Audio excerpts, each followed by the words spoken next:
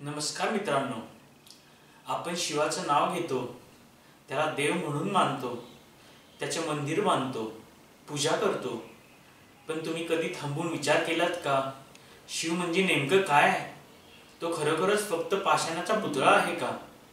ओशो म्हणतात, शिवाला मंदिरात शोधणं म्हणजे आकाशाला कुपीत बंद करण्यासारखं आहे. शिव हा कोणताही व्यक्ती नाही, तो आहे अनंत चैतन्य. या संपूर्ण ब्रह्मांडात पसरलेली जाणीव, जी तारकांच्या दरम्यान आहे, वाऱ्याच्या स्पंदनात आहे आणि तुमच्या आत श्वासाच्या प्रत्येक हालचालीत आहे. शिव म्हणजे अपरंपार अस्तित्व, ज्याला ना सुरुवात आहे ना शेवट. ऋग्वेदात ज्याला महाकाश म्हटलं आहे, उपनिषदात ज्याला ब्रह्म म्हटलं आहे, त्यालाच तंत्रांनी शिव म्हटलं. तो आहे जाणीवचं अखंड नर्तन आणि त्या नर्तनाच्या पलीकडची अद्वैत शांतता. आपण ज्या अवकाशाखाली जगतो, ज्या ऊर्जेवर हा संपूर्ण विश्व उभा आहे, तीच अनंत चेतना म्हणजे शिव. पण ही अनुभूती पुस्तकात नाही, ती मिळण्यासाठी मंदिरात फिरावंच लागत नाही. ही अनुभूती मिळते ध्यानाच्या घन शांततेत. शिवाला जाणण्याचा मार्ग सोपा आहे, पण सोपा असूनही कठीण आहे, कारण तो मनाच्या पलीकडे आहे.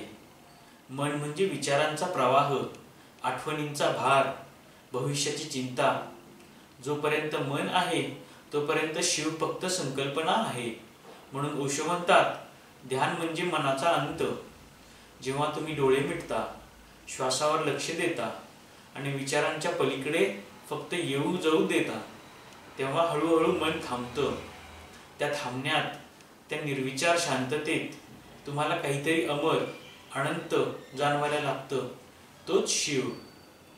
ध्यान हे एखादं धार्मिक कृत्य नाही. त्यासाठी तुम्हाला पवित्र स्थळ किंवा विशेष वेळ लागणार नाही. तुम्ही जिथे आहात तिथेच थांबा, डोळे मिटा, श्वास आत बाहेर जाताना फक्त पहा. शरीरातील संवेदना, मनातील आवाज, हे सगळं जसं आहे तसं पहा. काहीही बदलण्याचा प्रयत्न करू नका. जसे जसे तुम्ही पाहण्यात खोल जात जाल, तसं तसं एक अद्भुत शांत आकाश उलगडू लागेल. या आकाशाला नाव आहे ना रूप, पण तो अनुभव जिवंत आहे, धडधडणारा आहे. तोच शिवचैतन्य. शिवाला गाठणं म्हणजे पळून जाणं नाही, तर इथेच आत्ता पूर्णपणे उपस्थितीत होणं आहे. तुम्ही जेव्हा पूर्णपणे वर्तमान क्षणात जगता, तेव्हा भूतकाळ आणि भविष्य याचा पाश आपोआप तुटतो. मनाचं खेळणं थांबतं. तेव्हाच तुम्हाला समजतं, हा श्वास, हे आकाश, ही जाणीव, हे सगळंच शिव आहे. तुम्ही आणि शिव वेगळे नाही. तो कुठेतरी दूर नाही. तो या क्षणाच्या मुळाशी, तुमच्या अस्तित्वाच्या केंद्रात धडधडत आहे. ओशो म्हणतात, शिवाला भेटायचं असेल तर त्याला प्रार्थना करू नका, फक्त शांत बसा. कारण प्रार्थना करताना तुम्ही अजूनही मागत आहात. मागणं म्हणजे मनाची हालचाल. शिवाला जाणण्यासाठी मागणं सोडावं लागतं. फक्त राहणं, फक्त असणं, इतकं सोपं. पण आपण त्यात गुंतत नाही, कारण आपल्याला नेहमी काहीतरी करायचं असतं. पण शिवाकडे पोहोचण्यासाठी कारण नाही, फक्त न करणं आवश्यक आहे. म्हणून लक्षात ठेवा, शिव मंदिरात नाही, तो तुमच्या श्वासात आहे. तो कुठल्याही विधीत नाही, तो तुमच्या शांत नजरेत आहे. तुम्ही डोळे मिटून स्वतःकडे परतलात की प्रत्येक श्वासासोबत, प्रत्येक क्षणासोबत शिवाचं अनंत चैतन्य तुमच्यात प्रकट होतं.